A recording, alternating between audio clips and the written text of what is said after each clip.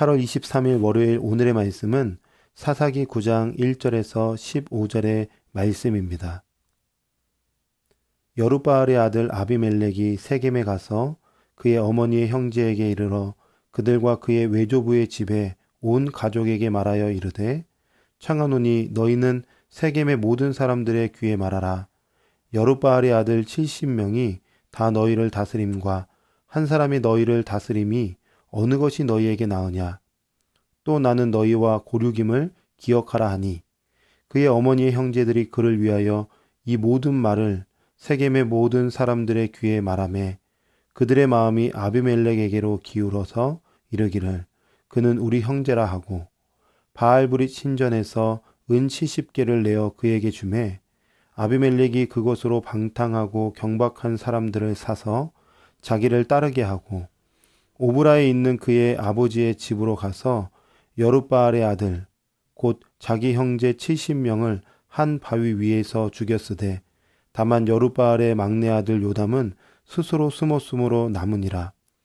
세겜의 모든 사람과 밀로 모든 족속이 모여서 세겜에 있는 상수리 나무 기둥 곁에서 아비멜렉을 왕으로 삼으니라.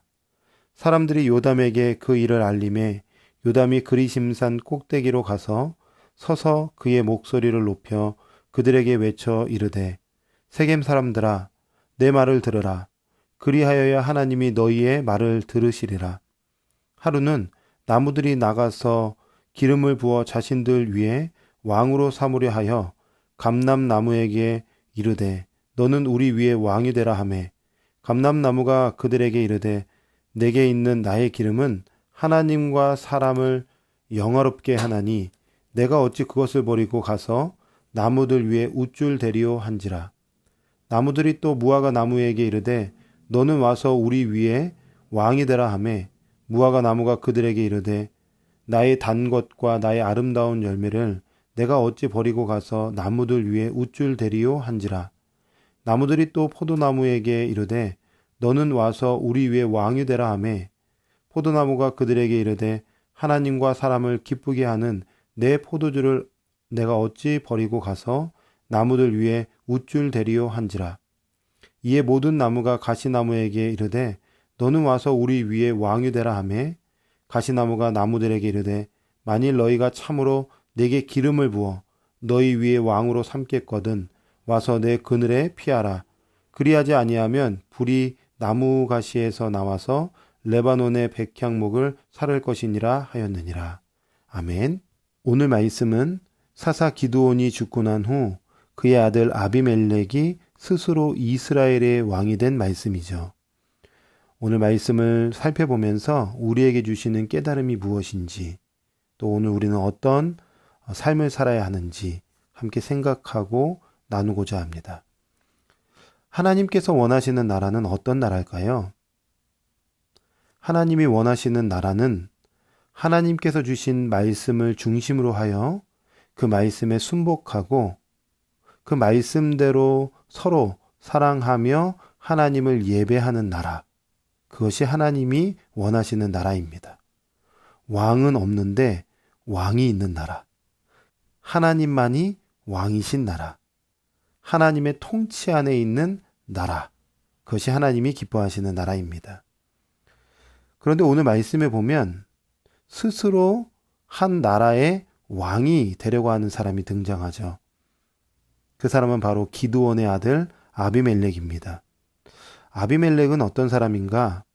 아비멜렉은 기드온의 첩의 아들입니다. 아마 어렸을 때부터 뭔가 분노가 있고 또 미움이 많았던 것 같습니다.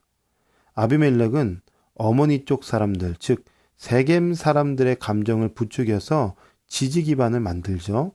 누가 다스리는 게 좋겠냐? 한 사람이 다스리는 게 좋지 않겠냐? 하면서 지지 기반을 만듭니다. 그리고 바알브릿 신전에서 은 70개를 받아서 방탕하고 경박한 사람들을 사서 자기의 세력을 구축한 다음에 자기 형제 70명을 한 바위 위에서 죽입니다. 결국 세겜과 밀로의 모든 족속들이 이 아비멜렉을 왕으로 삼죠. 성경은 한결같이 우리에게 강조하는 것이 있습니다. 그것은 바로 누가 왕이신가입니다. 창세기에 보면 하나님께서 에덴을 창조하시죠. 에덴 동산을 지으시고 아담과 하와에게 왕의 대리 통치권을 줍니다. 아담아, 너 다 다스려, 다 누려, 다 즐겨, 경작해, 경영해. 하나님께서 왕의 통치권을 주셨습니다. 그런데 한 가지 기억하라고 동산 중앙에 선과 악을 알게 하는 나무 열매, 그 나무를 두시죠. 그리고 말씀하십니다. 먹지 말아라. 왜 선악과를 두셨을까요? 한 가지입니다. 아담아, 진짜 왕이 누군지 기억하며 살아야 돼. 이것을 말씀하고 있는 것입니다. 성경은 시종일관 한결같이 우리에게 강조하는 것은 너의 인생의 주인, 너의 인생의 왕이 누구신가. 이것을 말씀하고 있습니다. 결국 인생은 마음의 자리에 누가 앉느냐입니다. 하나님이 삶의 주인인 사람은 하나님이 왕이시기에 하나님의 뜻을 묻고 듣고 순종하며 청지기적 삶을 사는 것이죠. 그러나 반대로 자신이 인생의 주인인 사람, 왕인 사람은 자신의 욕망과 욕심을 채우려 인생을 살아가기 시작합니다. 주님이 오늘도 우리에게 묻고 계시죠. 삶의 주인이 누구신가 묻습니다. 삶의 주인이 하나님이심을 믿음으로 고백한다면 오늘도 주인이신 하나님께 하나님 어떻게 살아야 될까요? 무엇을 해야 할까요? 우리가 묻고 듣고 순종하며 어떻게 주님의 마음을 기쁘시게 할까? 이것이 우리의 바람과 소망이 되기를 원합니다. 아비멜렉은 형제들을 다 죽였을 때 그때 살아남은 사람이 있었습니다. 누굴까요? 네, 바로 막내 요담입니다. 요담은 그리심산에서 세겜 사람들에게 나무들이 자신들의 왕을 구하는 예화를 들려주죠. 이런 내용입니다. 감람나무, 무화과나무, 포도나무는 자신들이 만들어내는 기름과 열매로 하나님과 사람들을 영화롭게 하는 일이 소중해서 우쭐대는 왕이 되지 않겠다고 왕의 자리를 거절합니다. 그런데 쓸모없는 가시나무는 우쭐대기 위해 왕의 직분, 왕직을 수락하죠. 그리고 자기 편에 서지 않는 자는 불살라버리겠다고 협박합니다. 무슨 내용이냐?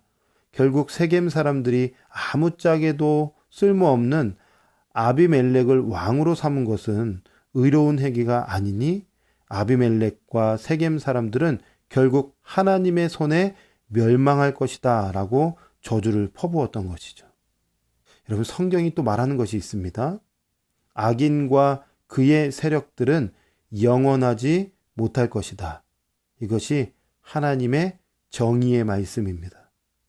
여러분, 우리가 신자로 살다 보면 때로는 억울하고 속상하고 비참한 일들을 겪을 때가 있습니다. 예수님을 믿기 때문에 그 예수님의 이름에 먹칠을 하지 않기 위해서 같이 싸울 수 있지만, 같이 분노할 수 있지만, 억울해도 참고 용서하고 인내하고 품어주고 져주고 때론 뒤집어 쓰는 경우도 생기죠. 종교의 자유가 없는 나라에서는 예수님을 믿으면 늘 죽음의 공포 가운데 살아가게 됩니다. 북한도 그렇고 최근 아프가니스탄의 믿음의 사람들도 그런 일들을 겪게 됩니다. 고난이죠. 억울하죠. 속상하죠. 꼭 정의가 아니라 악이 판치는 것 같죠. 그러나 우리가 기억해야 할 것이 있습니다. 로마서 8장 18절에 말씀합니다. 생각하건대 현재의 고난은 장차 우리에게 나타날 영광과 비교할 수 없도다. 아멘. 진정한 왕이신 하나님께서 왕의 손을 반드시 펼칠 것입니다. 반드시 정의가 이루어질 것입니다. 그러므로 왕이신 하나님이 나를 다 아신다. 나의 억울함도 아신다. 나의 삶도 아신다. 이것을 꼭 기억하고 하나님의 때에 하나님의 방법으로 정의와 공의를 이루신다는 것을 믿고 오늘도 현실 위에서 역사하시는 그 주님만을 온전히 바라보고 나아가는 저와 여러분이 되기를 주님의 이름으로 축복합니다. 아멘. 기도하겠습니다. 하나님, 오늘도 귀한 말씀 주셨습니다. 우리의 삶의 왕이신 하나님만을 바라보고 하나님의 뜻대로 살아가며 주의 말씀을 어떻게 이룰 것인가 오늘도 하루 고민하고 기도하며 주님과 동행하며 살아가는 복된 하루가 되게 하여 주시옵소서. 예수님의 이름으로 기도합니다. 아멘.